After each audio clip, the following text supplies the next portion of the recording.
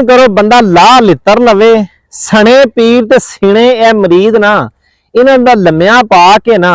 इन्हां ते ऐसा लितर फेरे ओ फेरे जेड़ा ओ पुलिस वाले को नहीं हुंदा जिदे ते लिखिया हुंदा बालमा रात किथे गुजारी आ ए ओ लितर होवे ते इंज मारिया जाए पीरां तू ते मरीद लेटिया जाए इंज करके पीरां दा मुंह थल्ले ना होवे मरीद उत्ते लेटिया होवे मरीद दा मुंह ताण होवे उत्तों लितर दो मारे जान फिर पुठिया करके पीर लितर मारे जान इंज करके यके बाद दीगरे 100 लितर मारिया जाए ते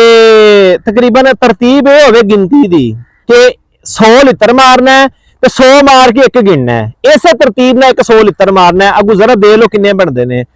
ते आज पीर साहब ने ना वेख यार कैसा यार इन्हां लोकां ने पखंड बनाया है ए भाभी दियोबंदी जेड़े ने ना इंदियां जाहिर रसूमात करके ना असल जेड़ा ना वड्डे वडेरियां दे कासम अली नानू तवी ते ओ अपनी किताबां च लिख गए ने भी ए या सिलसिला ना तुसीं जारी रखना वे ते एदा मुआद जेड़ा ना मलबा सुन्नियत पाई रखना वे ते ए मुड़ जो अहले हदीस वीरो दियोबंदियो तुहाडी मेहरबानी मुड़ जो इन्हां लोकां नूं समझाओ तुहाडे लोग ने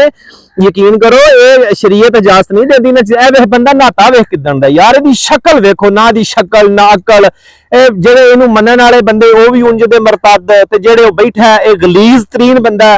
यार मैनू तो हैरानगी आउंदी है ना बंदियां तो दाता गंज बख्श हजवेरी ने आख्या कि जिन्नी देर तक तुहानूं पता ना लग जाए कि बंदा शरीयत मुकम्मल गार बंद है तो ओनू तुसी पीर नहीं मनना भावें तुहानूं हवा च उड़ के विहाए हवा च उड़ना ओहदा जादू हो सकता है लेकिन ओहदी करामत नहीं है करामत ये ही है कि शरीयत ते सुन्नत ते इस्तकामत नाल डट जाना हुण दसो सुन्नत ये शरीयत दे मुताबिक ते इस बंदे दा मुंह भी नहीं शरीयत के मुताबिक तो इन्हां दा कोई काम भी नहीं है वेखो बंदा बैठा यकीन करो ऐसा कोई खबीस दज्जाल लगदा है ना पिया ते उंजे दे कंजर सजदे करन वाले ओए खुदा दे बंदे रसूलुल्लाह सल्लल्लाहु अलैहि वसल्लम दे रोजा एक दस जाके रुकू दे बराबर नहीं झुक सकदे ए तौहीद जेड़े असीं सुन्नी बरेलवी बयान करने आ तौहीद है कि रसूलुल्लाह तो वध पीर ते कोई नहीं ना वड्डा उन्हां दे रोजे ते जाके जे असीं रुकू दे बराबर नहीं झुक सकदे ते जिन्नू जुआं पईयां ने ओ खुरक बगैर नहाण तो पता नहीं 6 महीने हो गए ने गरीब नहातियां